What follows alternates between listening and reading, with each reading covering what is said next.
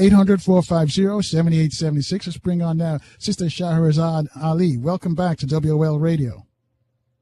Well, how are you? Assalamu alaikum, my sister. Wa alaikum salam. Good to talk to you. Always great to talk to Sister Shahrazad Ali. There's so much we could talk about, folks. And let me over the lines at 800-450-7876. Your book, Are You Still a Slave? That book, that was a litmus test to judge if black people are still slaves. And and I know what you meant. You meant mental slavery. What right. Can you help us out with that? What are some of the things that we can identify if some of our brothers and sisters are still slaves? What are they doing wrong? Well, the purpose of the book was to help us to address the fact that many of us still act like slaves, even though we don't have a formal slave master over us in the same way that we did, 500 or 600 years ago. I agree with the Indian that was just on there. We, too, suffer from generational trauma, and I talked about that in Are You Still a Slave? Except I said it was genetic now, the fear and the stress and all of those things that come with going through that. It's very difficult to get modern black people to even discuss slavery because we all think that it's past, it's over, and white people have told us that it doesn't matter anymore. You just pick up from where you are now and proceed. And if you'll notice, all of the rules that they put on us during and after slavery, they don't put that on anybody else. They welcoming the people in from Syria and Iran and other places, and they're not telling them, pull yourself up by your own bootstraps. They're bringing them in and helping them. We weren't offered that. We were promised that, remember, that 40 acres and a mule, and they didn't give us any of that. They gave us drugs and welfare, but we never got the 40 acres and the mule and stuff. I wanted to talk about the family structure and how that's connected. Uh-huh. The best time for the black family was in the late 50s and early 60s. During that time, you had almost everybody had a two-parent home. We had less distractions because racial separation permitted us to think for ourselves and mind our own business. And so, we just dealt more in our own communities, and we didn't have as many variables to make selections. We didn't have to pick out the new white people Nike sneakers or the new cell phones and all of those things. We didn't have those options, and so we dealt with what we had. And then after the 60s came in, it brought integration and sexual freedom. Carl? And, yeah, right. But let me interrupt and ask you this. Why did that impact us more than the other groups? Because we had been robbed of all knowledge of ourselves. And so any new information that came along, we wanted to jump on it because we thought it would better ourselves. We never got debriefed. And whenever a people have been held captive around the world, they have to go through a debriefing process. And the American government supports a debriefing process for everyone but us. And so when we saw that coming, we thought any kind of freedom. Since by then, by the 60s, we didn't have any memory of what freedom was like in regard to accepting social responsibility with our families, or helping to take care of each other, or eating the proper food, or respecting our women, or marrying the mother of our children, and respecting our men. We didn't have any memory of all of those kind of things. And so anything that they brought, that was really the very first time in history that we accepted their agenda. We adopted what their priority was. And this was in the 60s? We didn't have any reason to join any women's liberation movement. The only people that had ever repressed us, the black man and the black woman, was the white man.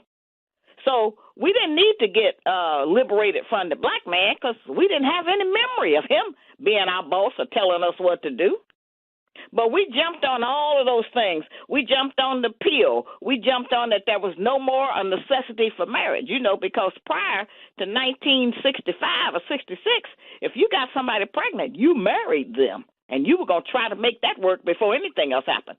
And having to accept that kind of responsibility, it kind of kept our men from running around. You know, wasn't no man back there talking about, yeah, I got 18 kids. It wasn't nobody talking that because he had to take that responsibility at that time.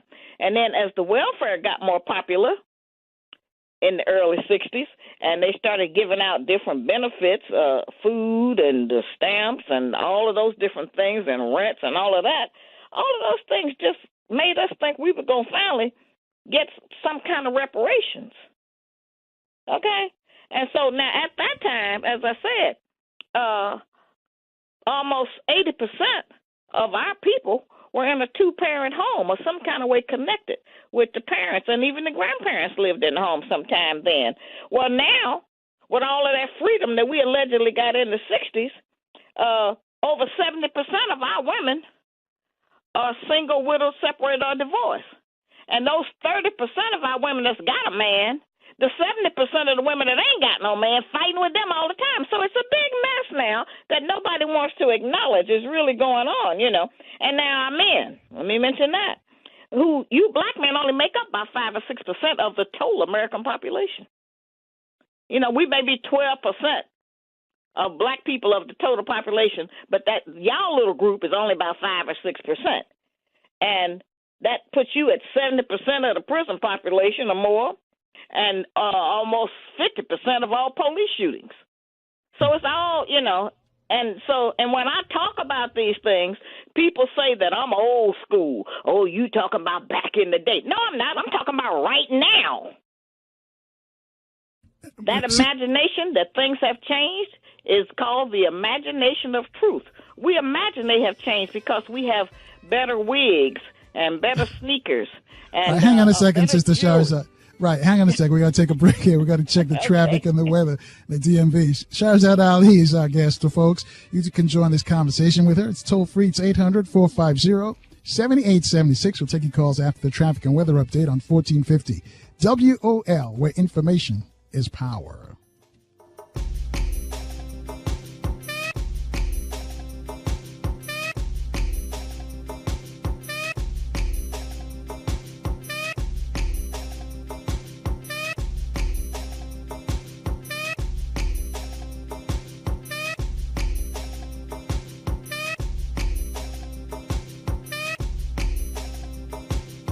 And now back to the Carl Nelson Show on Washington, D.C.'s 1450. 1450 WOL Radio. Thank you for staying with us. Our guest is Sister Shahrazad Ali. You probably lost last time you saw her on TV. She was on the HLN, Headline News Network, with Dr. Drew's show. She's here right now for us at 800-450-7876. And before we took the break for the traffic and weather update, you were telling us a story, Sister Shahrazad? Yeah, I just like to set the platform for where we should be talking. You know, right now, of course, let me mention this before you let them in. You know, we have this voting issue we're dealing with. I know that's what y'all done beat that topic to death. Everybody, that's the new topic. And, you know, we've been voting since about 65. And at that time, we had about 750 black politicians, I believe. Well, now it's 2016, and we got almost 8,000 black politicians who sell us out daily. And we haven't seen any real benefit from that. This is one of them, what they used to call that illusion of inclusion. We are not benefiting from white people affairs still. The only time we ever made any progress is when we mind our own business and dealt with our own priorities instead of trying to jump on what they're doing. All of that's to make us think that we have some say-so about how the racist American government is being run. And we don't. We just don't.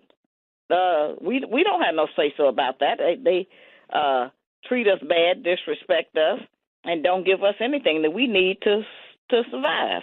Now, if we could elect a black president, and most of us don't think that benefited us in the way we thought it should or would, then what makes us think that we're going to pick some other white people? It don't matter which white people we pick. It don't matter if these two white people is bad. The other ones wasn't good. Yeah, it don't matter. The tall white man, the short white man, the fat white lady, the skinny white lady. It don't. You know, we don't have any say so in this government, and we keep trusting the enemy. Now, we couldn't trust the enemy on civil rights. We couldn't trust them on job equality, justice in the courts, fair housing, interpreting even the Bible. We couldn't trust them. So why are we going to trust them to count some votes? That's some real talk. 800-450-7876. So you mentioned that, I guess, the breakup of the black family. Before I take calls, do you think we can reverse that? 70% of our black households are led by women, female women, or females. The only way we can reverse it is by implementing a rule that we had before we got here that makes black women shudder and go so crazy and insanely jealous that we can't do it.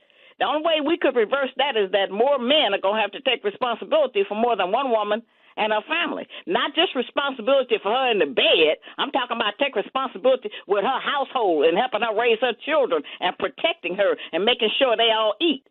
That's the only way it's going to work. The men going to have more. Well, now, y'all already got more than one woman if you could figure it out. But you need to be able to do that in honesty and openly so that the children can have the support that they need and the women can stop terrorizing all of the men who already got a woman anyway. What about the brothers caught up in the legal system, Sister Shahrazad? How can we help them out? Well, ain't much we can do for them. Once the enemy get a hold of us, there's very little we can do. However, one thing we can do, there's a lot of programs now about how men parent from prison. We need to get some men in these boys' and girls' life, if it's writing letters, visiting them once a month, whatever it is. And so the men in there who are sane, who have repented, and who are ready to live a civilized life, then, I'm not against the sisters getting involved with some of them so that they can have some kind of company and some kind of seniority of ideas and to run ideas across. Because just because a man is locked up, that don't mean that his brain is not operating as a man. He just is confined. Well, we all confined in a certain kind of way. They've confined in there by the bars. We out here trying to normalize our captivity and act like we free. So we all confined in a sense. We confined with ideas. We confined with a lot of things. But we're going to have to figure out how to get these women who are lonely and desperate to get involved with some kind of man so that we can have peace in our communities. Because as long as these women are single and running buck wild because they have needs and they're lonely and they want the caress and touch of a man, we're not going to be able to get it worked out. So would you advocate the sisters crossing over, going to other races? No, we can't get along with our own people. How are we going to get along with somebody else? No, absolutely not. I don't advocate that. Why would anybody want to lay down with the enemy in particular? And the people who are our color from other countries, the enemy has conditioned them to hate us and disrespect us and disregard us, and so we couldn't really have peace with them. We don't know our own customs. We can't learn nobody else's. But no, I don't suggest we cross over. But that's something that's happening because of the desperation of women and the loneliness of women who don't have anybody. And so they want to go and lay down with the person who looks like their former slave masters. So that's really a sickness right there. That's terrible.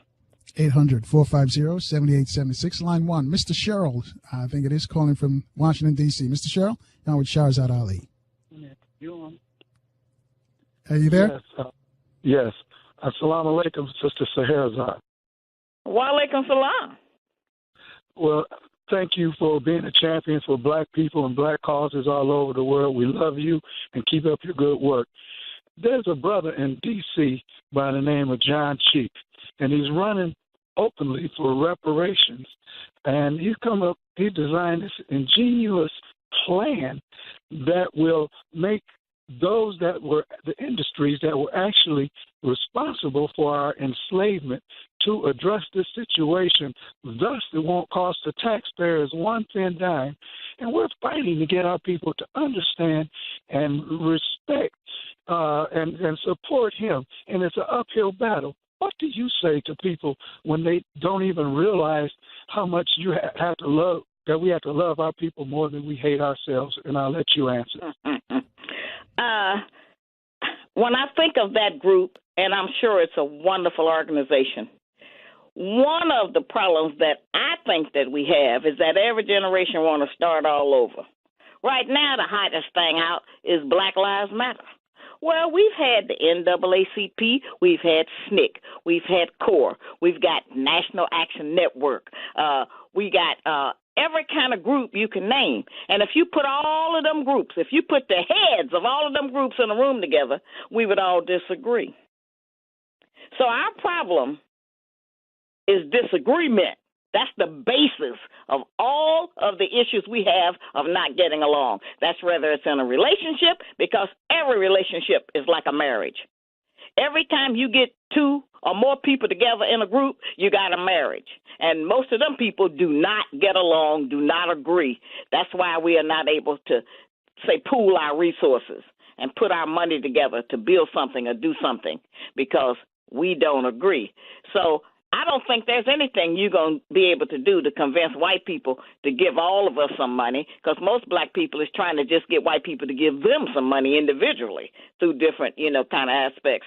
And so I don't think I don't know of any way to do that until we can agree on something. Let me tell you a real quick story, Carl. Let me tell you all this here. I went to a birthday party last weekend, a beautiful party. The sister's husband was 80 years old, but he was really gorgeous and everything. So she asked the people to wear all black. Half of the people there didn't wear black. They had on blue, purple, green, and yellow. So I went around the room and just started asking the people, well, why you didn't wear the black? Well, I thought this was better. Well, I just don't let nobody tell me how to dress. I this, I that, and all of these different excuses. And I thought to myself, how are we going to ever agree on any massive life or death issues? We can't even agree on a color. We can't agree hardly on nothing. So our problem is just disagreement, not just disorganization, because that comes from the disagreement. Our problem is disagreement. No, you're not going to be able to get everybody to agree on the reparation thing. And we need to pick up some of the old banners we already got and start trying to make them work. We keep trying to come up with something different every 30, 40 years, and it just leads us in the same place, nowhere. But isn't that because we've been programmed to hate each other, to fight against each other? Well, we already been programmed for that, but since we know that, why we can't do it different? Since we know that, everybody talks about that that's in the so-called conscious circle. Everybody know that. We can't get along either. So that's apparently not the whole solution. When you know better, really, you'll do better. But just having the information, all of us have proven with those hidden colors DVDs that brother, the good brother out there, Tariq, has been putting out. Now, everybody loves them. We love Tariq for doing it. But however, every time I talk to somebody, they say, well, when y'all going to do the next one? Well, how many do y'all need? The purpose of that was to teach us and to bring us up and to get us enlightened. But everybody ain't learned all the information on them 3 or 4 he got out there already. We ain't ready for another one. We still ought to be studying the information that came out of the Nation of Islam and the Black Panthers and some of them groups. We still need to be trying to figure that out. We ain't ready for nothing new. And we keep trying to make up something new to keep from doing the work that's required to do the other things. Oh, wow. 800-450-7876, line 2. Tora's calling us from Houston. Tora? Good afternoon, Carl and sister. Good afternoon.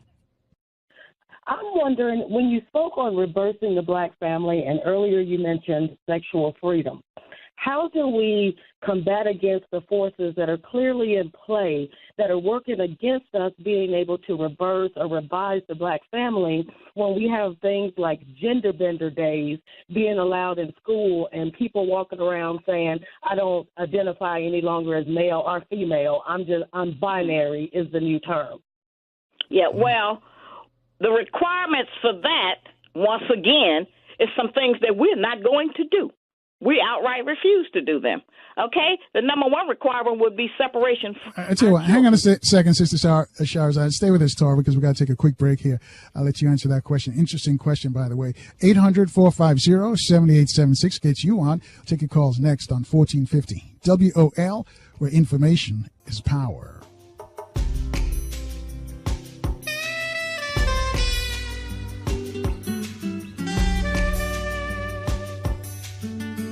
to the Carl Nelson Show on Washington, D.C.'s 1450. 1450 WOL Radio. And thank you for staying with us, folks. Our guest is Sister Shahrazad Ali. Number to call to reach her is 800-450-7876. I mentioned last saw her on TV on Headline News HLN Network with Dr. Drew. Well, she's here now. Any question you want to ask her, she's willing and able to answer them. So, Sister Shahrazad, I'm let you finish what you're saying before we left for the break. Yeah, she was asking what could we do to take some of the low-class ideas and sexual innuendo out of our environment in order to revive the black family. I'm paraphrasing, but that's what her question was. And I was saying that the first thing we would have to do is to separate our children from the slave master's educational system, which is something that we all talk about generation after generation. And almost every black school that has tried to survive has failed. Okay? So we get the free education in the public school system, but that free education has corrupted our children and our parents. So the first thing we would have to do is to either educate our children at home, start up our own school, which will probably take 50 more years, but we would have to separate our children from the slave masters educational program. We would have to control the TV, DVDs, and movies that our children watch. That takes a lot of energy, and we have to create something else for them to do because they, too, have become addicted to the filth and the degradation that white people call entertainment. The third thing we would have to do is to educate our boys and girls separately. Put the girls in one room with women, put the boys in the other rooms with men. That's how you are able to teach manhood or teach womanhood. We would have to do that. We would have to take sex out of being the priority. You know, and it's interesting that we have allowed that, and she's right. A lot of the people now are saying that this, and Michael Jackson helped start all that androgyny and all of that. This is what they wanted to do. They wanted to have a society where there are no men and no women. There are no gender-specific responsibilities. There's none of that. You just could be a person. Well, that's a bunch of nonsense. That doesn't work, and it certainly would destroy all of man based on that. But, we're dealing with issues like the transgender bathroom. Because somebody feel like they are a boy, they should be able to, but they're a girl, they should be able to go into the men's bathroom and vice versa.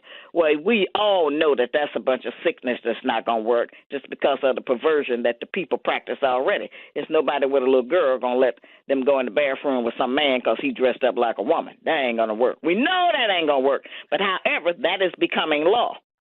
So we have to have some kind of way to separate ourselves from that. Every time I use the word separate, everybody go into a panic because we can't imagine any life without the enemy supervising our day-to-day activities.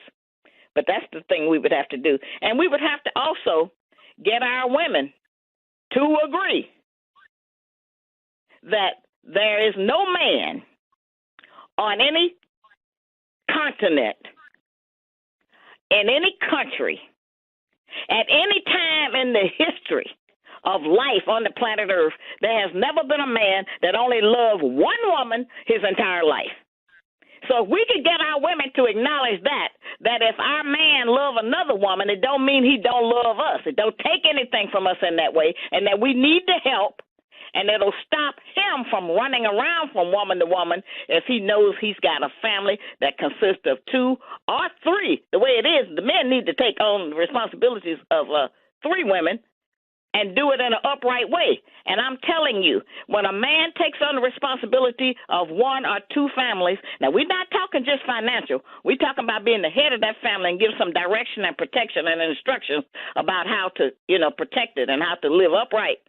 When a man take on that, I want to let you know the last thing on his mind is sex. So you don't have to worry about that. Because that responsibility kick in, and then you don't have time for all of that laying around talking about nothing and doing nothing. Because when you have responsibility for nation building, it takes all of your energy and attention.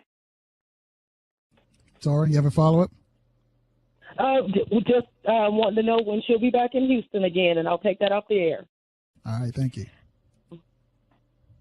I'm not sure when I am. There's some brothers down there that do invite me, and I think it's supposed to either be next month or January, maybe, something like that. I can't even remember the brother's name right now. But anyway, they usually invite me down every year to Houston. But I'll make an announcement on Carl's show when I get that straightened out. All right. I got a tweet for you. Somebody said that Trick Daddy, you know, the rapper from Miami, he said issued a challenge or a warning to black women. He said, black women, tighten up yourself or get replaced by black and Hispanic women. I'm trying to get your response to that. Well, that's already going on. We done lost our man. That's our problem, you know, and that's why so many of us are in such a lonely position. We have refused to adopt some of the commonality ideas of just being feminine. You know, we rough and tough and fighting and cussing and I ain't gonna have this and you ain't gonna do that. All of that's just a bunch of nonsense that just expresses our insecurity. We are so afraid that somebody gonna love somebody more than they love us that we're willing to not be loved at all. Makes no sense. No sense at all for us to do that. But that's how we are. If we can't have things like we think they should go based on the decisions and conclusions from our own insecurity, then we say we don't want to be with nobody at all because it's not in whatever perfection state that we've made up, some kind of nonsense we done made up that we think will create happiness. And let me tell you something else, Carl. This is the truth of that issue, too. There's no woman that want to be bothered with a man 7 days a week. None! You hear me? So somebody need to take Thursday and Friday or Sunday or next week or something. We need the help for all of that. We have too much responsibility between the children and the house and the cooking and the job and the car and the everything. You know, it's too much for one woman. It's just too much. All right. 800-450-7876. Line 3. Amir's calling from D.C. Amir, you're on with Sister Shahrazad Ali. Assalamu alaikum, Sister Shahrazad. Greetings, Brother Carl. Yes. We were part of the group that had you in the city a few times. Yes, sir. One of the groups anyway. And looking forward in the near future. But want to ask a few things. One is, what should we do? What is should be our goals and some of our goals and objectives in light of this madness between Hillary Clinton and Donald Trump? The other one is. Hang on a minute. Let her handle them one at a time. Yeah. All right. Well, our goal should be, as I said, to start minding our own business. I'm still in agreement. It don't matter what the white people name are either. As I said, they're all the same. And a lot of the white people in America, most of them feel just like Donald Trump is talking. That's why the race is so close. She's saying something completely opposite, but it's not like really slanted. More people agree with him, and they do want America back like it used to be. And you know where that puts you and me if it gets back, make America great again. It was great off our blood and sweat, not theirs. But as I said, there's no way around it. We're going to have to start doing some things to separate. And we're going to have to take to the earth. We're going to have to learn how to grow some food. And I'm not talking about go out on no massive farm. Most of us don't know how to grow an acorn. We don't know how to grow one tomato in a basket on the porch. We don't know. All of it's been grafted out of us in a sense. And so some of the first things we can do is start trying to figure out how to eat and to reduce the amount of food that we do eat. Black people too fat. All the women overweight. The men is big and fat. You eating too much pork. You eating too much red meat. Not exercising. We need to get back to how we used to look when we were poor. See, wealth brings on fat. All right, Amir? Yes. The other, how much, to what degree or extent do you think we're missing the boat or by not putting forth an agenda of separation before our slave master or our slave master's children? And then I have one other question. We are not ready to put an agenda about separation at this time. I have always said that we needed to elect from among our own some representatives to go to the American government to negotiate for what we need. Because we're not going to get it if it's just thrown in the pot in the Senate and the Congress with all of the other things that white people are doing. We ain't going to get nothing but the same little bitty crumbs we're getting now. So we're not going to get anything that we really need on a definite basis. And so one of the things I think we could do, now that sounds like that's really wild, but that's no more wild than thinking piling up in the street and laying down and chanting, hands up, don't shoot, is going to make some progress. That didn't work either. You see, so we need to go on and do some constructive things that go along somewhat with this type of government that we are having to deal with. And that would be to go to them and to petition them for what we need. And if we could get past testifying, every time I go to a meeting, we can't get too much done because if I do decide to go, everybody got to get up and testify. Now, let me tell you why we all have to testify and tell our own story and our own opinion.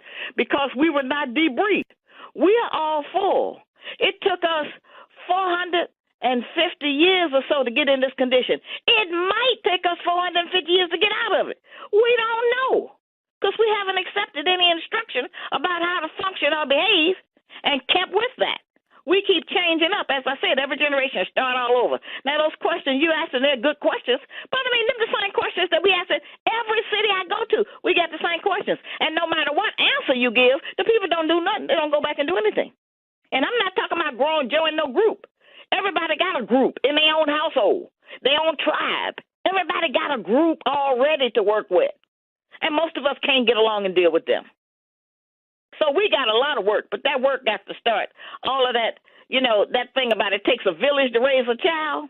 Well, the second part of that is that the ruin of a nation begins in the home. So we got to start there. There's no way around it. All right, hang on, Sister Shahrazad. Stay with us, Amir. We got to take another break and check the traffic and weather in the DMV. 800-450-7876 to speak to Sister Shahrazad. Taking calls next after the traffic and weather update on 1450. WOL, where information is power.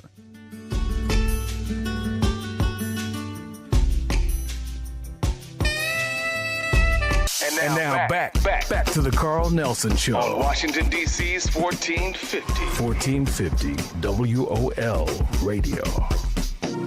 Thanks for rolling with us and our guest, Sister Shahrazad Ali. Just want to remind you, coming up in the next few days, we're going to speak with poli-sci professor, Dr. James Taylor. He's one of the best in the business, teaches out there in UC Berkeley and also University of San Francisco. Also, one of the founders of the Black Arts Movement, Dr. Hakeem Madhubuti, is going to be here as well. So tell your friends to keep it locked on 1450 WOL. Let's go back to Sister Shahrazad. Did you finished responding to Amir's question, or are you ready for his next question? Yes, right, and listen, when Haki comes in, give him the greeting of peace from me. I certainly will. I will do that. Amir? Please do that, okay. Amir? Yes. Before I mention my last question, Sister Shahrazad, we haven't talked in a little while. I'd like to leave my number for you offline. And my last question is, in the Black Man's Guide to Understanding the Black Woman, and you mentioned read it before she does, and help me and understand further when why you said read it before she does. All right, and Kiana will take your number. Because as females, black females, we're very argumentative. You got to read it before us so that you can get your head and mind ready for all of the combat and disagreements she going to come up with about it. So if you read it at the same time, you're not going to be able to keep up with us because we are too good at arguing.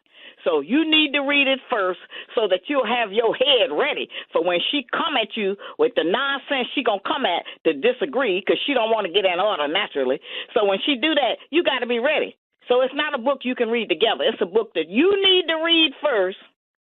And then if you want to let her read it or go over some of the issues in there, because we're going to lie first. We're going to say, oh, no, that ain't true. No, that ain't true. When it's true about all of us to some extent or the other. Amen. Right. Thanks, Amir. We'll put you on hold and get your information for Sister Shahrazad. 800-450-7876. Aretha's calling us from Atlanta on line 4. Aretha? I do want to say thank you so very much for the call. You are the bomb. And I want to say to Sister Shahrazad, greetings. Assalamu alaikum, sister. Wa alaikum salam. And I bring you greetings of admiration and psychological liberation. Sister Shahrazad, I mean, I see your name right, but I want to give you a joke right off the bat. I pray that it will not take 50 years for us to get it together, because, I want to share with you. I hope it takes more like 5 or 10, realistically, and I'm willing to work with you. I want you to know that as a student of the Honorable Frances Cress Welsing, she warns us and she reminds us that as black women, we are the mother of all people on the planet Earth. And with that being our narrative, being our charge, our house is out of order and needs to be in control. So this is what I want to ask you if you would do. In light of the fact that Minister Louis Farrakhan, this last Saturday in October, he declared us to be a spiritually independent nation. That sounds like music to my heart, sister. And I'm saying it to say, so in addition to that and the fact that the United Nations just released their recent study, October the 5th, that black people in America are due reparations based on mass incarceration. I heard about that, yes. I got a copy of it. I'd love to send it to you. Okay? So I circulated it because I think we should, a closed mouth cannot get fed. So I'm asking you to think about, you remind me that we need to have an MGT combined with the Pan-African Black Woman Cultural Center. And so I'm willing to work with you on that. And I want to ask you as a joke, are you married? And if you are you taking an application that I can leave you with your husband sometime? In addition,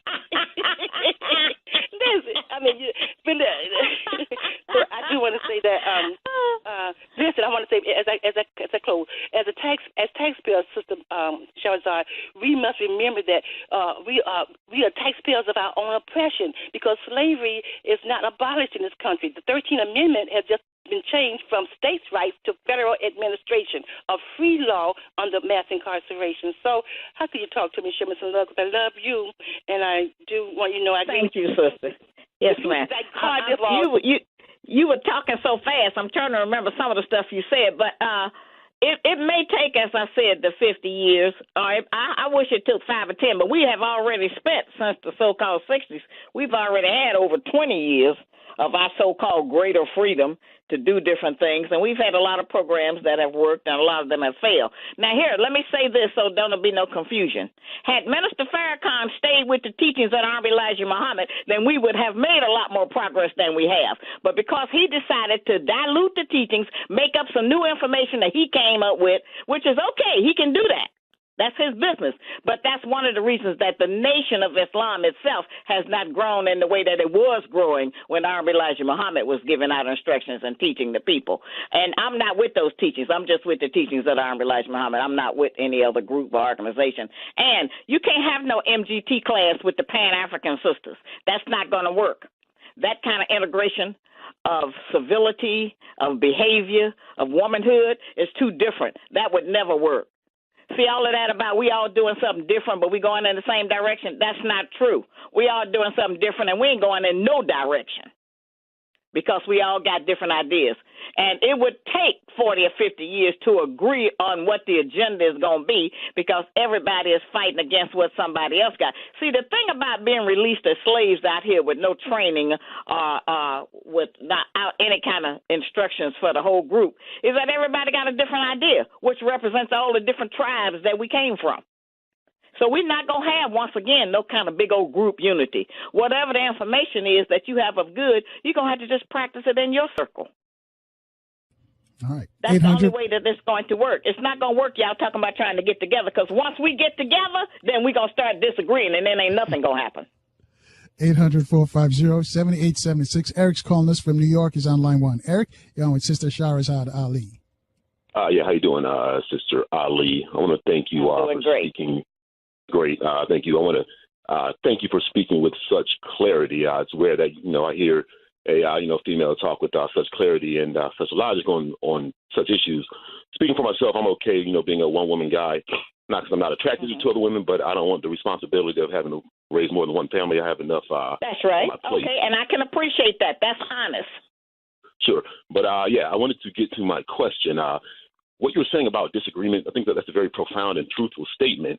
And in my opinion, a lot of this comes from internal family violence amongst Black people. What I'm seeing, for instance, recently there's been a lot of public beatings and brutality from parents against children on social media. This seems to be something that's, social media is a fairly new thing. But even back in the day, we seem to want to beat our kids or hit our husbands or hit our wives in public. And I think that a lot of this disagreement comes from distrust because of violence that's inside of families. It seems like we like to replace intellect or instruction with I'll smack you in the mouth or I'll punch you in the mouth. And you see this manifested in the music or on the reality TV shows. We're constantly fighting, constantly hitting each other. And I got another question, but I just wanted to get your take on that. What do you think about, basically this seemed to be ongoing brutality amongst black people, which I don't think is in particular to black people. There's plenty of other people that commit acts of violence against family members. But it just we only trying to be concerned with self. See, as I said, that's one of our problems. We keep trying to either compare ourselves to other people or include them. We need to be concerned with ourselves and our condition. We got a lot of reasons of why we fight each other, and it's all based on some kind of disagreement about what you do, I do, or say or don't say, or different things like that. I think that there's so much repair to be done. And my teacher used to tell me that without divine intervention, not a one of us would be saved. Because I'm not the soothsayer. I don't have all of the solutions. We all have different views on why we think those things are the way they are. But it's okay. It don't matter why they are. Let's correct it. If we never get to the root of why it's like that, if we recognize it's a bad behavior that's destroying us, well, then let's do something to correct it. That's what we need to do. There's a lot of violence going on in our communities and in our homes, and it's not all physical. It's the violence of abandonment, the violence of starvation, the violence of overeating, the violence of feeding little bitty babies pork, the violence of even giving our children dairy milk from the cow. I see some people giving their children out beer. Cut you off. Most of our children are lactose intolerant, but that's what we're programmed to do, and we haven't changed that. We give it milk to our children for 18 years. The cow only give it to the cow for 6 weeks. So something's wrong with that. That's something we could change, but we don't. Sure. And, and then my last question was, I don't know if you can answer this, but I don't know if this is true, but of the merger of the Nation of Islam with Scientology, do you know what's going on with that? Why? Is there a reason? Some more nonsense that Minister Farrakhan came up with for the people. As I said, I'm not with all of that. I'm just with the teachings of Honorable Elijah Muhammad. And those people, that's just nonsense. The messenger gave us what he said was the supreme wisdom. It was the only program that had instructions of how to become civilized for the men, the women, for the food, for the behavior, for the clothing, for the businesses, for the schooling, the education, and everything. But as we all know, we'll mess up anything. So the messenger's program is vibrant, alive, and intact. And as I said, had the Nation of Islam been practicing that, instead of turning it into a whole business just to sell DVDs and CDs and books and stuff, had they just kept on with the Do for Self program and not brought in the devil, who is the head of the Church of Scientology, the messenger would have never sent us nowhere with a name called church. That's out of the question. So we shouldn't have been doing that. But nevertheless, everybody do what they want to do. I'm not saying that, but that's not what you want to do. You want to read Message to the Black Man and get the information from the teacher himself. We're not trying to just go along with other people who are making up things just to do what they want to do. Sure. Right. Okay. Well, again, thank you for the clarity and being so real. Yes, sir. And thank you. All right. Thanks, Eric. 800-450-7876. Line 5. Ail's calling us from Maryland. Ail, you're on with Sister Shahrazad. Good afternoon, Carl. And assalamu alaikum, Sister Ali. I tell you, you are you're very refreshing. My brothers and sisters, my blood brothers and sisters, got together several years ago. We bought land. We sent people to school to get organic certification, and we're using the education of those who have degrees in education to redesign our educational system for our children. We just came up with the plans for the cabins that we're going to build on this farm so that we can have an organic farm. Wonderful. My question for you is, me and my wife have been together for 35 years, and we have openly discussed the reality that as the head of the household, there are so many women out here who need a figure such as myself and other men to come forth and at least be available to them. And how can we change their mindset to understand that this would not be based on the seeds of greed and lust, but based on the seeds of nutrition, cultural... and necessity, based on the seeds of necessity. That's right. So how are we able to convey this? And my wife is listening right now, so believe me, our ears are definitely focused on what you have to say. Well, I don't know how you can convince a woman. She either with you, it's a ride or die. You know, your woman is either with you and she go along with your program, or she holds on to her own insecurity and fears and does not allow you to grow or the nation to grow. As I said, I'm not talking about just for, as I said, the sexual thing has been blown out of proportion. I don't mean that end of it, but that is the one end that all of us as women are so terrified about. You can't do but so much with that. That's it. Don't nobody break up about sex. That's never the issue. You know, people break up, and they break up about serious issues, and then they run into each other a year later, and they go to the hotel. Right. Hang on a second, Sister Shahrazad. We got to take a break. We're close to the top of the hour. Stay with us at AO 800-450-7876. Your call's next as the big show rolls on from 1450 WOL, where information is power.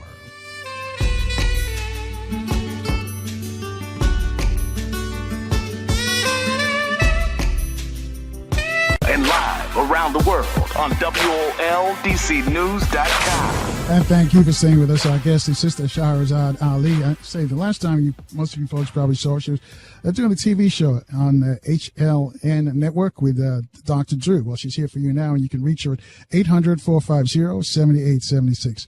And Sister Shahrazad, I'm going to let you finish responding to Ao's question. Yeah, I want to. I hate to have to discuss this part of it, but this is a good audience to try to get this straight. One of the reasons that we as women are so terrified about our man having another woman is because we think that sex is connected to love. It's not. Sex don't have nothing to do with love. It's a bodily function, like sneezing, urinating, having a BM. All of those things just allow you to release yourself. But it don't really have anything to do with love unless that person decides that they have some feelings actually for that person. Now, we know it don't have nothing to do with love because that's why you can do it by yourself, to get that same feeling almost. So it's not based on that. But we as women think that, if he's inside her body like he's inside mine, he love her more than he love me. And that's not true. Men have the capacity to love more than one woman, like we as women love more than one of our children. We love all of our children the same. We don't have no best child or second best child. We love them all evenly. Well, that's how a man...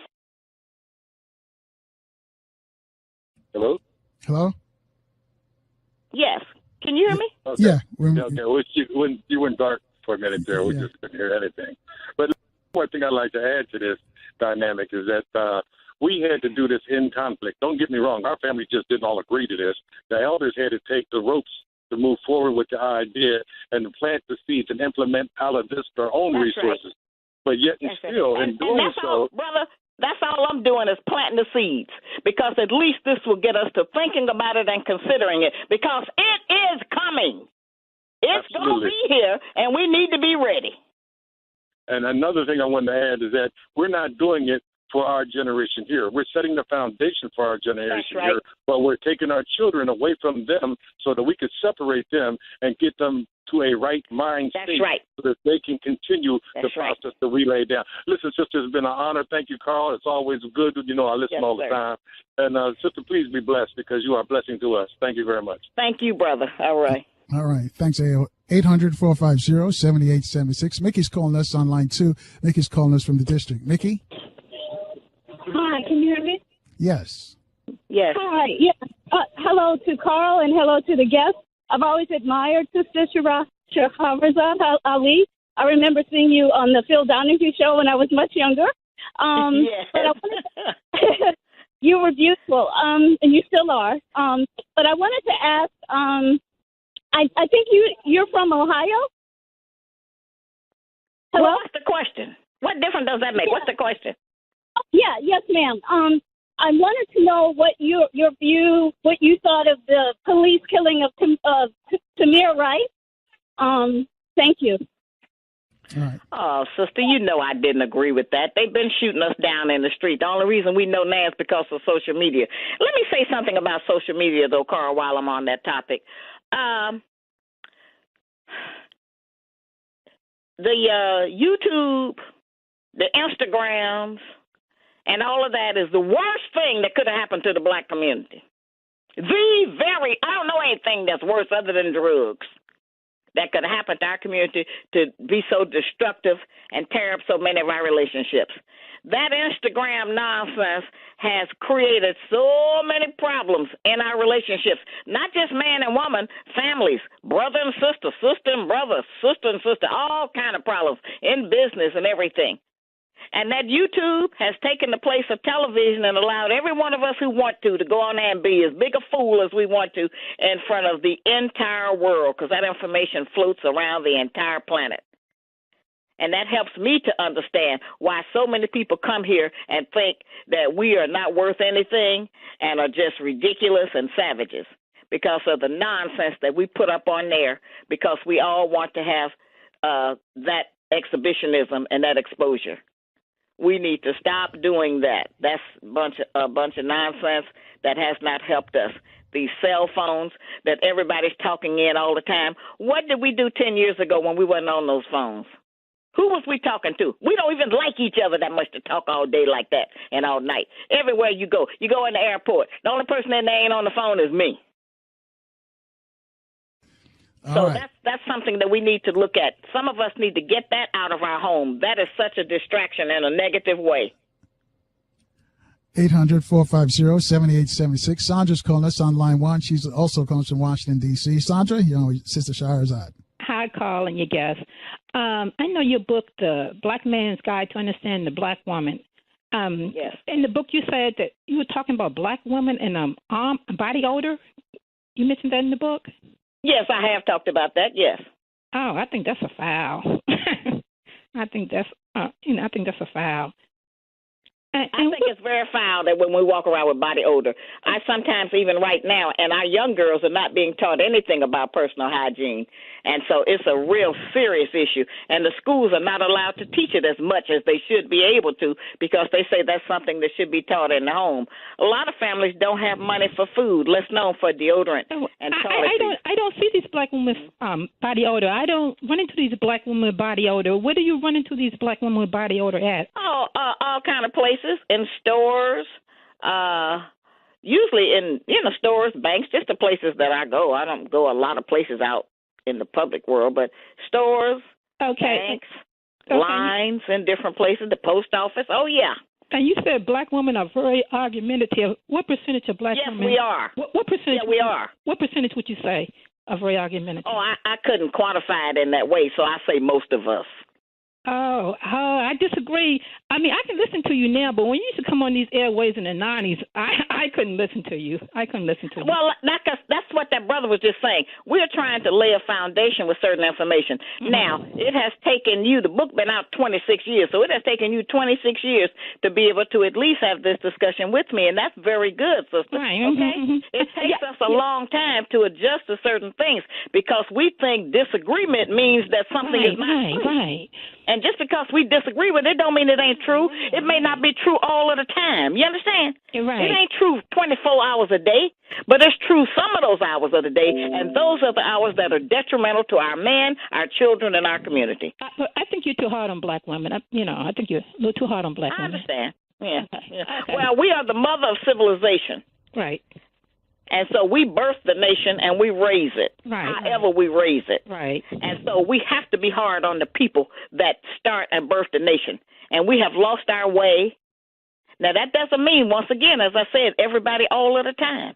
Yes. But we have lost our way, and the main way we have lost our way is how we get along with our man, because we have continued to break and tear him down to make him conform to our insecurity. Okay, you have a good day. Thanks, Sandra. Yes, ma'am. 800-450-7876. Gina's calling us from Charlotte. Hey, Carl, it's going to take her 26 more years. Well, she's moving in the right direction, though. Yes, she was. I'm so proud of her. That's right. She was able to come out and articulate it and find out that I got answers for it. Right. So that was good. Right. Before they just accept what probably somebody told them and just deal with it. But anyway, Gina's here from Charlotte. Gina? Hey, good day, Brother Carl and Sister Shahrazad. I learned of you in the late 90s when I was, in Atlanta, living single and free. I now have responsibilities. And I find everything from day one, I connected with you. And this is what I wanted to ask you as far as the perils of our community. What do you think when we as a group of people don't have a vision? We don't really have a vision for ourselves. Therefore, we can't plant the seed of a vision for our children. And when you talk about most of what you talk about is disagreement, and with distrust comes disagreement. But what about this? We just have to find some kind of way to get a vision for ourselves. Well, because yeah, I think, Sister, thank you for that question. That was really good. I think that we all have some kind of vision of the time and what must be done. We just don't want to do it because there's a lot of work. Oh, we got a vision. Now, sometimes that vision is just to go buy 4 packs of number 10 hair and get it weaved into our head. Sometimes the vision is to go buy drugs or go stay in the club all night. So we got visions. But we have either the wrong vision. And when we sit around and say we need to have our own school, we need to come together, we need to do this and do that. Oh, we got a vision. We just need to get up and start trying to do it. And we don't have to do it on a national scale. As I said again, we have to stop starting over. Every time we do something, we're not coming up with anything new. We got the same problems, and we keep coming up with the same solutions. We just won't do it. Right. Yes, and one more thing I wanted to say, Sister, and to you, Carl. And I'd like to come on the show, Carl, because I really want us to understand something about what we've been taught. There is a lot of remedies, and when I say remedy, I mean real solutions to us, and not just as a group of black folks, but just individually that will propel us to the next level. One thing in particular, I have learned how to use the IRS. I mean, because we're paying the taxes and we're working and we're going to do these tax returns. I have found a way not only to help us to discharge our debt, but also how to use the IRS to our benefit. And if we're going to be let me hold you up right now. Let me slow your roll right now. If that's something you want to do, circulate that in the community. Don't go on the airways and tell the enemy of what you have learned, because then he's going to put up a blockage and stop you from doing it. So don't put that out there. That's something just you need to do where you at, okay? Yeah, I mean, that's what I do, but, I mean, I just want well, then do that, but you don't need to go forward with that in the way of a big public radio, because the enemy is listening to every word we're saying, and you don't know how that's going to ricochet, and he'll shut you down some kind of way, and what you have learned of good to help our people, you will not be able to disseminate it. Right, well, good point. Hang on there with us. Thanks, Gina. We got to take our last look at the traffic and weather right here on 1450 WOL, where information is power.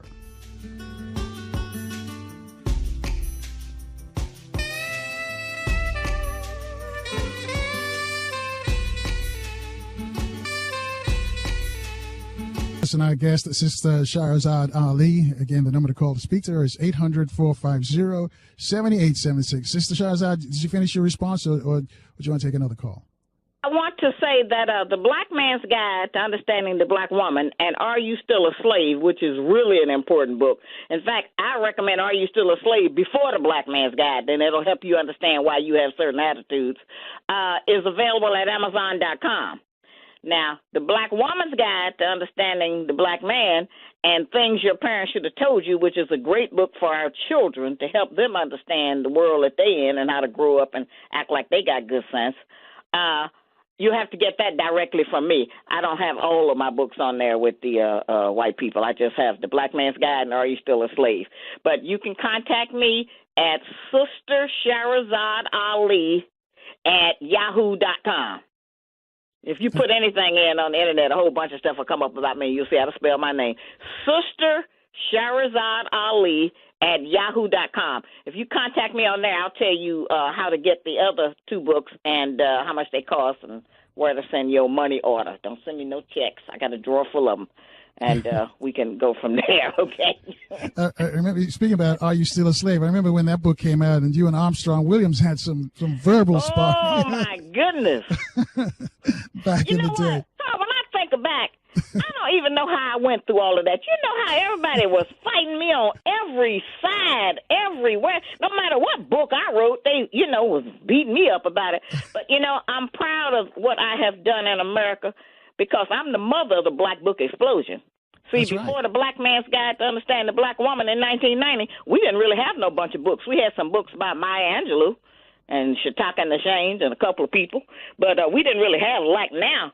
The market is flooded with books because of the example I set. Everybody started writing books, which is a good thing because we were so behind, That's right. A lot of Black bookstores owe their existence to you. That's right. They opened up with just one book, The Black Man's Guide. That's right. That's right. I remember that. That's right.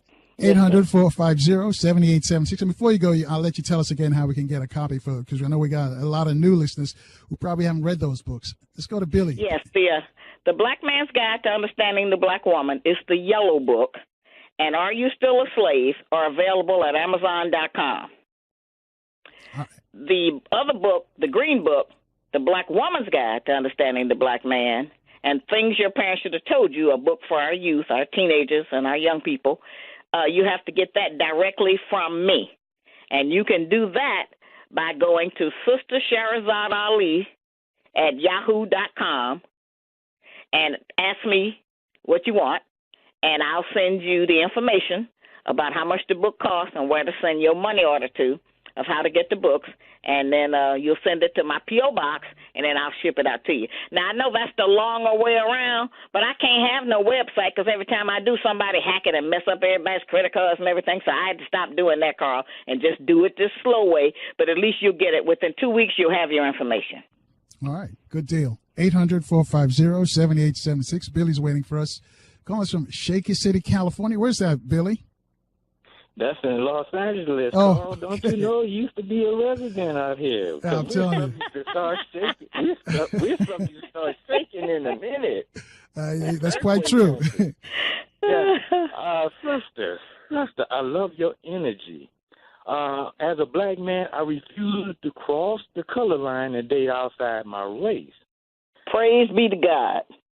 Yes, I refuse to. And I've been hit on by pink folks. Oh, I know you have, because, see, white women ain't crazy. They understand what we kicking to the curb. They want it, and they come after y'all hard. As I said, these Latino women, they coming after y'all. The Asian women coming after y'all. Everybody wants y'all but us.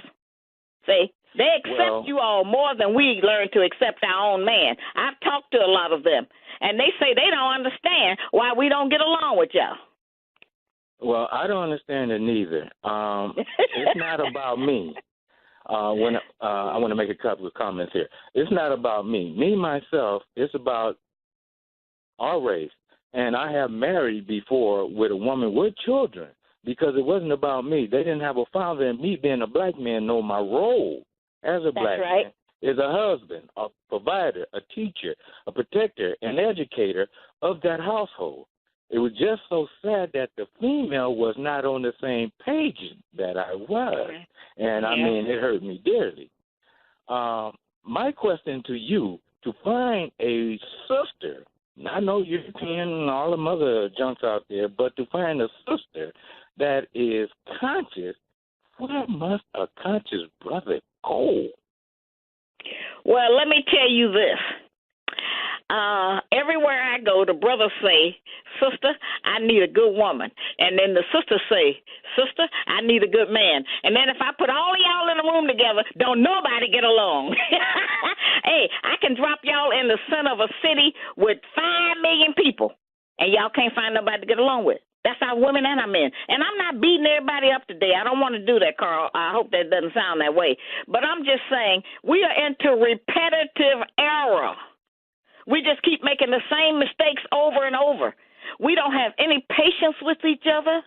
We don't accept each other's human frailties. We go out on a date with somebody once or twice, and they say something we don't like. That's the end of that. We don't never want to see them again. You know, we don't want to work through nothing. We don't want to just accept. And this is what I recommend, brother. And this is going to be hard.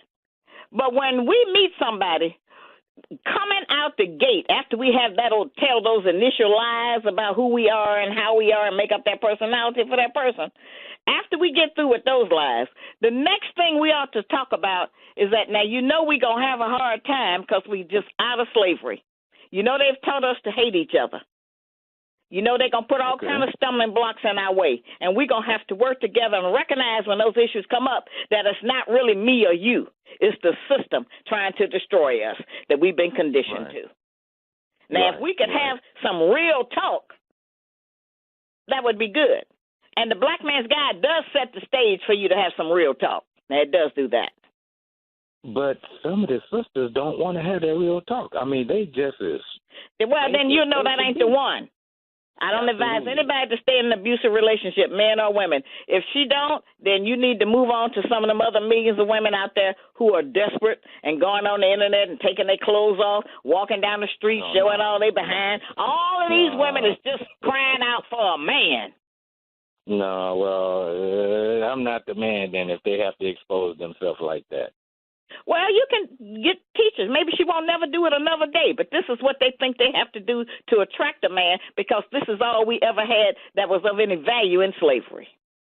Right, and the European as a role model. I agree with you.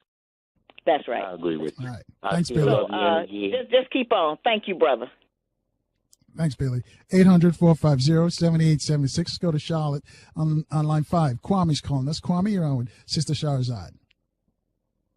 Guess I have a question. I have a lot of female associates that's going out here fighting that LGBT fight, and I'm telling them that fight isn't for them. And there's something else. There's a lot of these sisters out here trying to hook brothers up with the enemy. How do you feel about that? And one more thing, please. Can they stop saying they don't need a man because we need each other? I'll take that offline, please. Oh, no, they need a man. And those men out there talking that smack, they need a woman. Now, the way we know they know a man, let's get that out of the way first, that they will need a man is because when those women are out there saying that they are gay and lesbian and all of this nonsense, a lot of them are using different devices to emulate a penis. And so they want a man. They just don't want to be bothered with a man. Okay, but they want what a man got. So they do want a man. It's the same way with the men, They want to use the rectum as an artificial vagina. All of them people is lying. They done made up something. They're under some kind of self-hypnosis, and they have come up with some ideas. Our women have always tended to like the gay men. They'll have a best friend as a gay man. If you look at a lot of the television shows, a lot of those housewife shows that come on, all of them may not have a straight man on there, Harley, but they always got some gay men on there doing something or working for them or being with them or something. This is something we are attracted to because that man is no threat to try to tell us what to do. That man is no threat to try to give us any instructions. We feel like we can turn that man into just another girlfriend. And so that's how we deal with it. Oh, he's just another girl. I ain't got to worry about him. And we'll expose him to our children and a lot of other people because we think that's a means and ways of control. But let me interrupt you and ask you, why is a man, but we don't want him to act like no man. So why do they put always the gay person in all these shows? Because most of the people working in backstage and in the background are gay. A lot of them are still in the closet. A lot of them are out. Because, see, the gays are overrepresented in the media. For them to be 1% of the population and they're telling the other 99% what to do about everything, they got to have some other support systems other than them. They only represent 1%. And so it's a lot of gays in the closet. They got a lot of help back in them producers and them sponsors. They got a lot of help in a lot of places that we have never had. And so they get the jobs. They overrepresented on the news show, on the weather shows, on the sitcoms, everything. They're overrepresented because they have people there who are speaking up for them and pulling for them and selecting them. So what does that say for the rest of us who aren't gay? Is nobody's pulling for us? It don't matter what it say for you. You wasn't getting none of them jobs anyway. You a black man. Me either. So that don't really affect us in the same way because they wasn't hiring us anyway. That's what I'm saying. Gotcha. And so it's a bad thing. You have to keep your sons intact. Make sure they understand. Now, I got a grown-up son, but then I got three grandsons.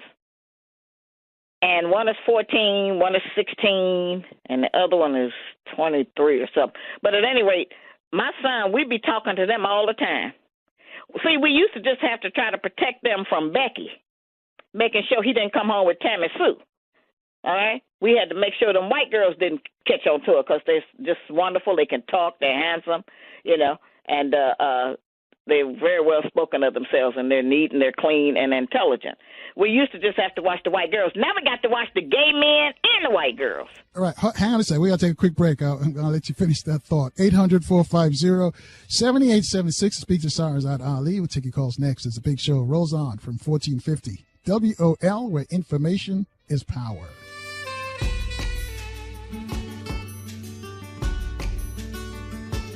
And now back to the Carl Nelson Show. On Washington, D.C.'s 1450. 1450 WOL Radio. Thanks for staying with us, and our guest, Sister Shahrazad Ali. Sister Shahrazad, I'm going to let you finish up what you were saying before we left for the break. Carl. Yeah.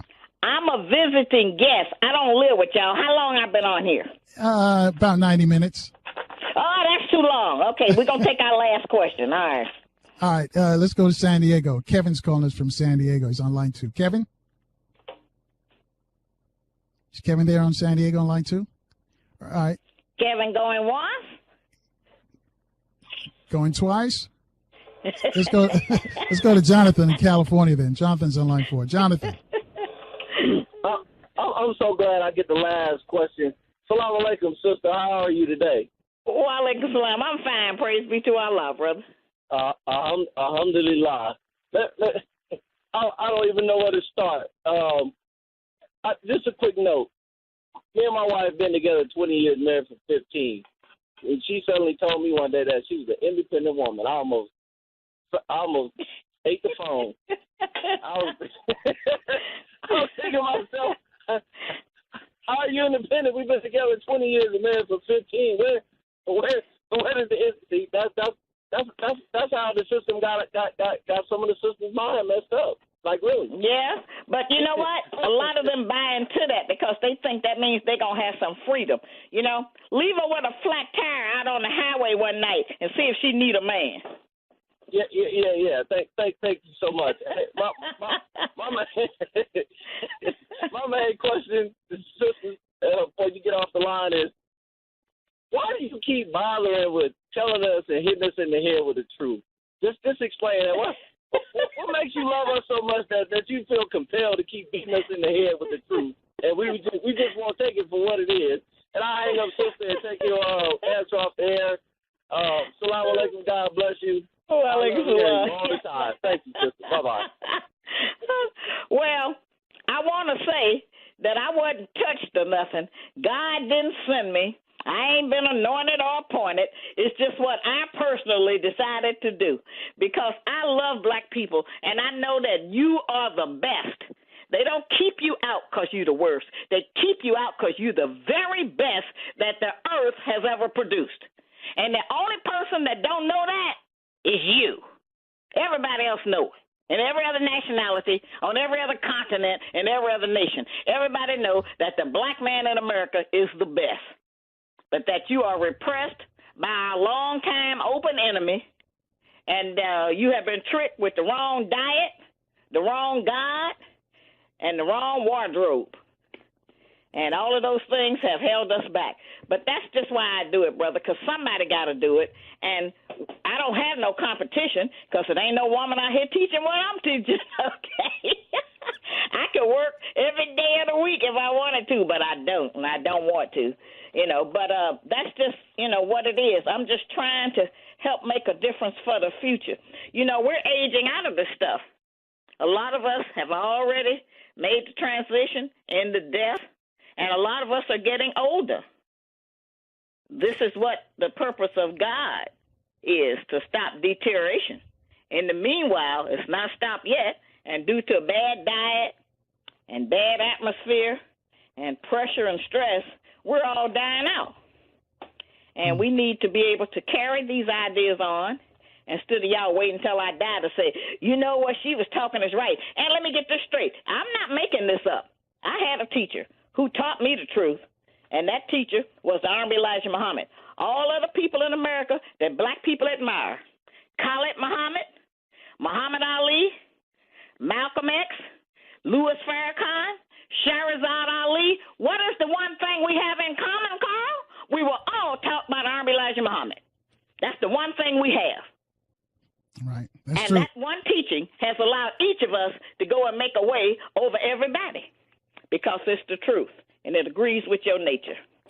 All right. Kevin has called back from San Diego. He really wants to speak to you. Kevin? Yes. Good afternoon. Yes, sir. I just want to ask one question, and normally this is the only question I ever have. How much blame do you put on the president for the state of Black America? His hands are pretty much tied, so how much blame do you put on him for what we're going through? And I'll take my answer off here. Thank you. Not any. That was just a publicity stunt to put him in there. I don't put no bunch of blame on him. He didn't put us in this condition. He in the same condition we in, mentally dead, blind, deaf, and dumb to the knowledge of himself. So he did what he was going to do. The white people wasn't going to put nobody in there that was conscious and was going to come in there and do nothing for you and me. That wasn't ever going to happen. It was it was just something beautiful to look at, and he had such a beautiful family. Now, that's one thing he did teach us, how to get along in public. Him and his wife, we don't know nothing about their private life. They didn't never act ignorant in front of us. She's been very civilized. They got 2 civilized children, and I just love that because they did set a good example of that, and I think that's the best thing to remember about them. So it's all symbolic. Sister Shahrazad? It's all symbolic? Sir.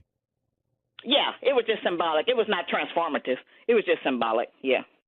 Before I let you go, Carl, I guess it's time for me to go now. Yeah, but one last question. Do you see hope for us? Do you think we can really make it? Of course there's hope for us.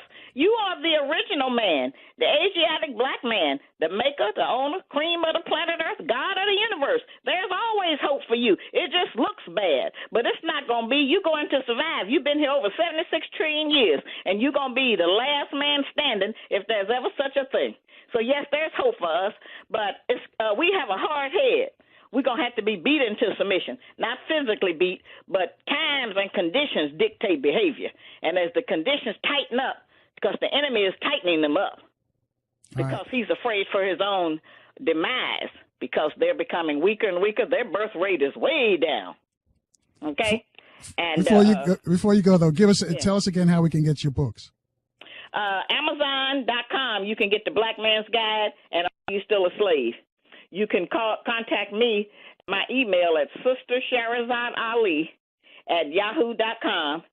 And tell me which books you're looking for, and I'll send you the information so you can get them sending me a money order, and you'll send that to my P.O. box. Okay. Thanks, Sister Shahrazad. Yes, sir. Listen, thank you, Carl. I don't come often, but when I do, I raise a lot of sand. Okay? Yes, you do. I thank you for joining us today. I love you, brother, and I love all of the black people that's trying to do the right thing. All right. We love you, too. Sister Shahrazad Ali.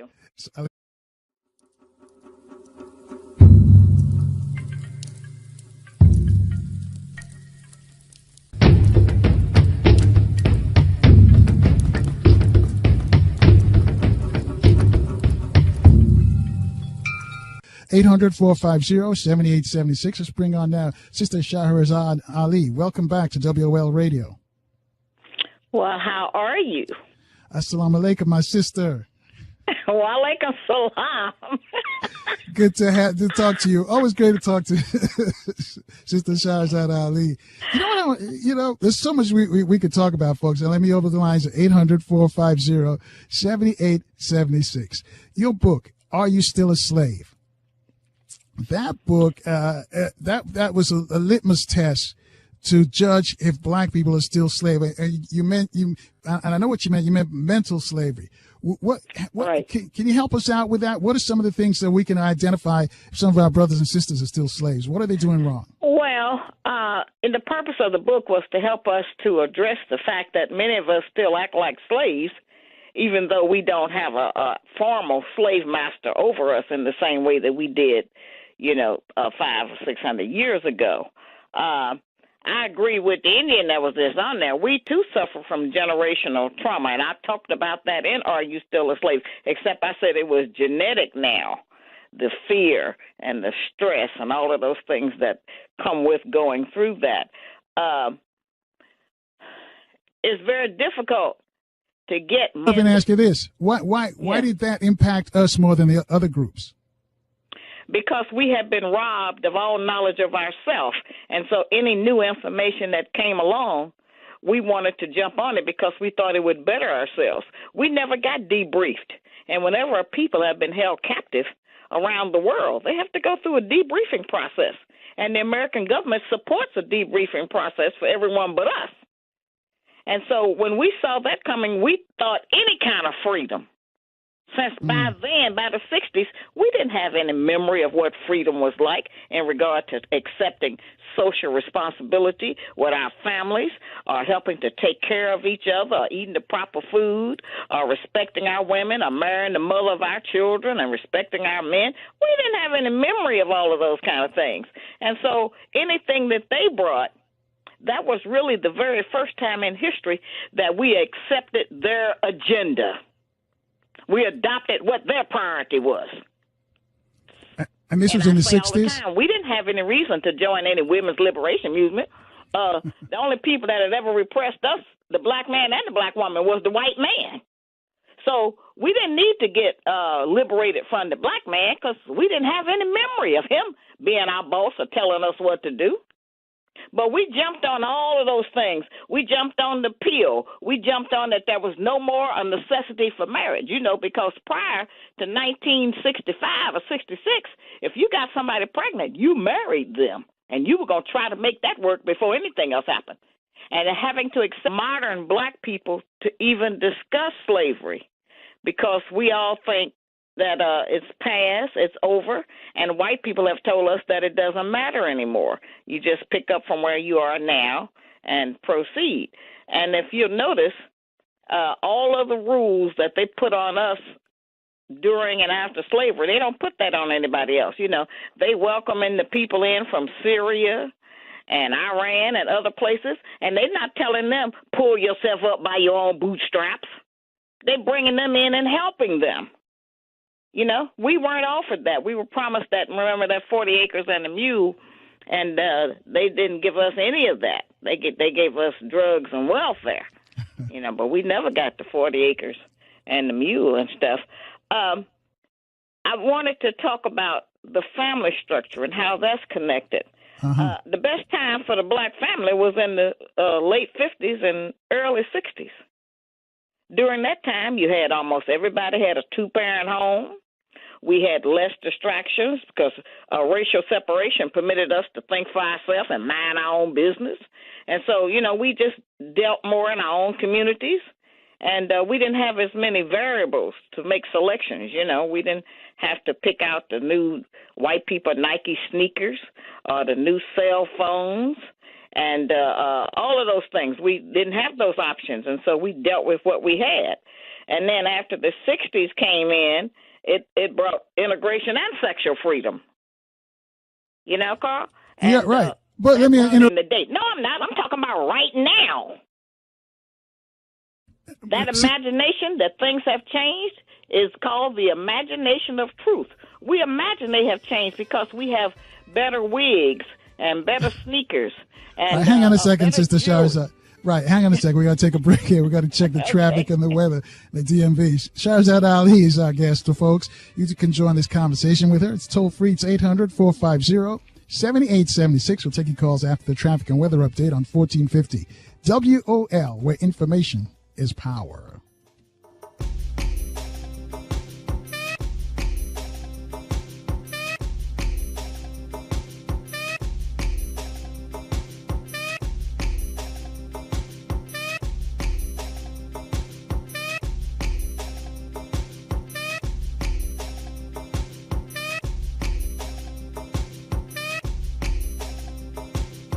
And now back to the Carl Nelson Show. On Washington, D.C.'s 1450. 1450 WOL Radio. Thank you for staying with us. Our guest is Sister Shahrazad Ali. You probably lost last time you saw her on TV. She was on the HLN Headline News Network with Dr. Drew Show. She's here right now for us at 800-450-7876. And before we took the break for the traffic and weather update, you were telling us a story, Sister Shahrazad? Yeah, I just like to set the platform for where we should be talking. Right now, of course, let me mention this before you let them in. We have this voting issue. That kind of responsibility, it kind of kept our men from running around. Wasn't no man back there talking about, I got 18 kids. It wasn't nobody talking that because he had to take that responsibility at that time.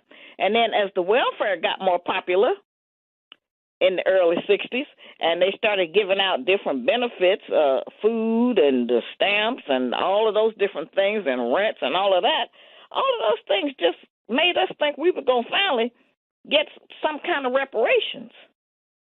Okay? And so now at that time, as I said, almost 80% of our people were in a two-parent home or some kind of way connected with the parents, and even the grandparents lived in the home sometime then.